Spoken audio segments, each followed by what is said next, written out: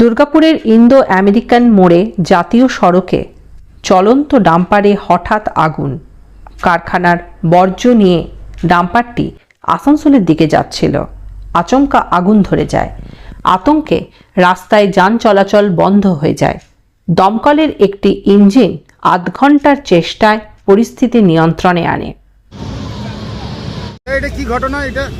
এটা আমরা তো দুর্গাপুর ফায়ার থেকে আমরা এলাম, যথারীতি খবর পেয়ে আমরা এসেছি। এটা একটা ডাম্পার আছে, সম্ভবত ডাস্ট ইন্ডাস্ট্রিয়াল যে ডাস্ট হয় সেই ডাস্ট বোঝার ফুললি লোডেড ছিল।